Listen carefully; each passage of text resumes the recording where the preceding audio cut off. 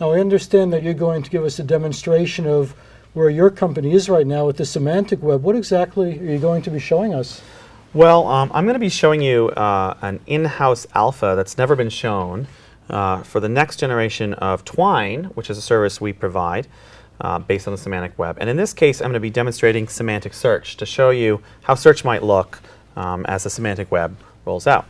So here, if we can look at my screen, you can see here a simple search box. And I'm going to do a search for something very common, in this case, chicken.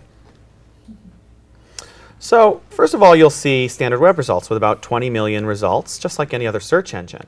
But these tabs along the top show you different kinds of things that we found that relate to chicken. And obviously recipes are quite relevant. So let's click on recipe. Now we see 69,000 actual chicken recipes. So this isn't millions of things with the word chicken. These are all recipes. There's nothing here that's not a recipe.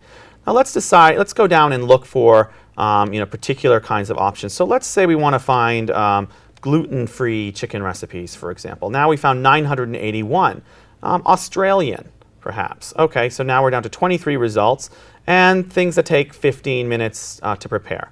Now we're down to 15 different results. Now if we want to go out and look at one of these recipes, we can just click here and go out to the actual recipe. Now the key is that the data on web pages for recipes looks kind of like this. It has structure implied, but it doesn't have metadata. So what we're doing is we're actually automatically crawling this data and finding related information.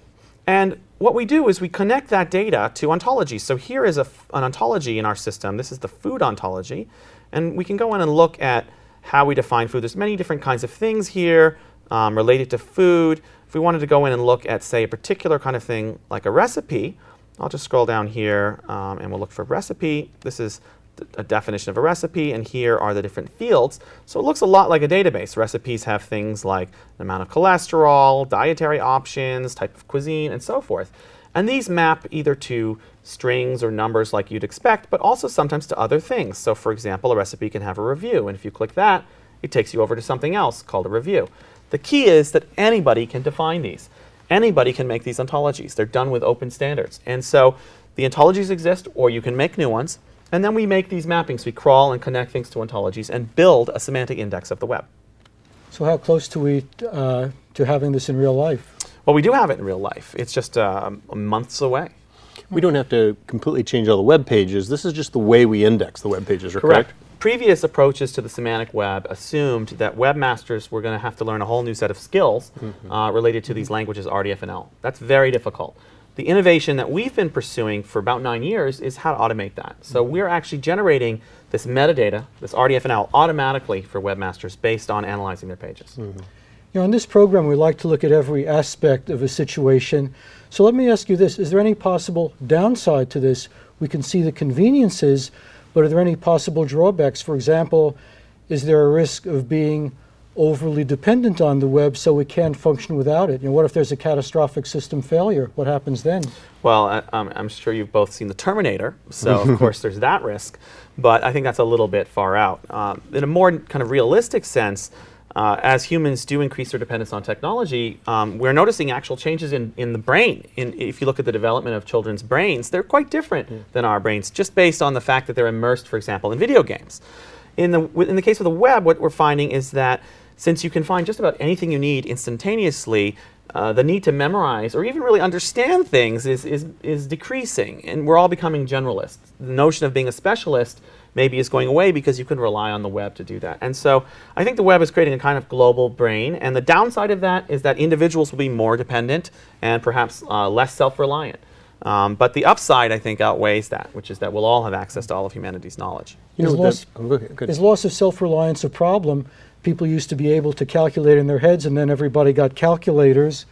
And so, are we losing something that maybe we'd be better off keeping?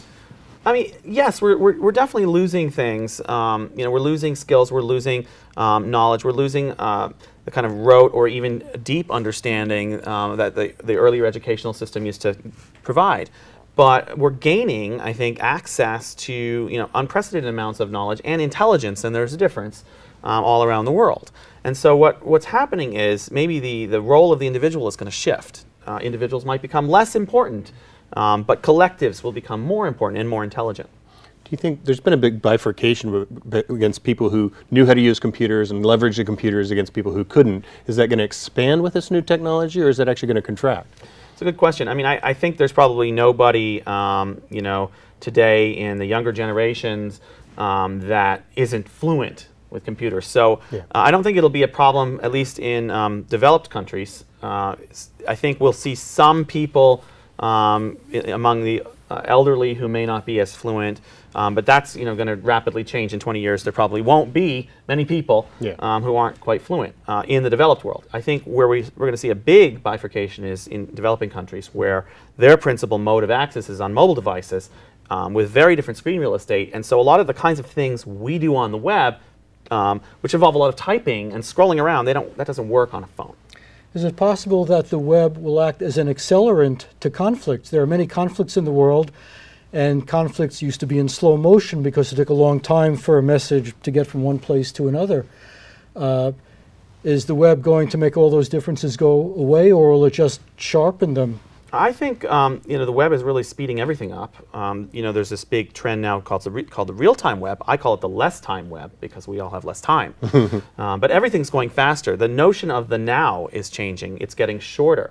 So where the now used to be maybe a day, in business or in politics, now it moved up to hours in the 80s. And in the 90s, it was down to the half hour. And now the now is really measured in minutes. Mm-hmm. We have another slide which shows some of the things we might expect in the future. Maybe we could take a look at that slide and you can explain what it is, and then we'll get into some additional topics about artificial intelligence and collective intelligence and where this seeming implosion of consciousness is really leading us.